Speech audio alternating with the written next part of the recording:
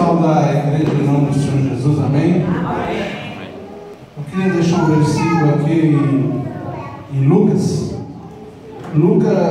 capítulo 1, o versículo 37.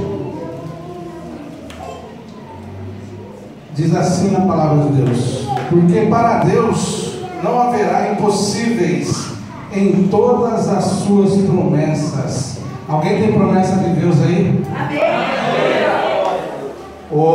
Aqui nessa passagem, o anjo Gabriel estava falando, são as últimas palavras dele, conversando com Maria. E ele diz essa palavra aqui porque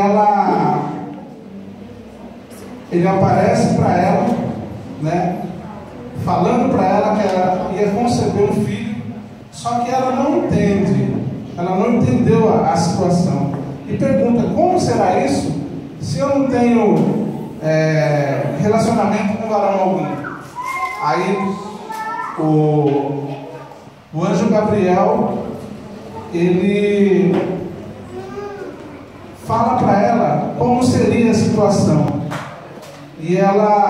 e depois nesse finalzinho ele fala assim: porque para Deus não haverá impossíveis em todas as suas promessas. Aí no 38 ela fala assim: então disse Maria: aqui está a serva do Senhor, que se cumpra em mim conforme a tua palavra. E o anjo se ausentou dela. Então, se você tem promessa de Deus na sua vida, o nosso Deus, Ele vai cumprir o que é dito, o que foi prometido para você. Como Ele cumpriu aqui, nessa palavra, para Maria, Ele cumpriu também. Ele vai cumprir na sua vida.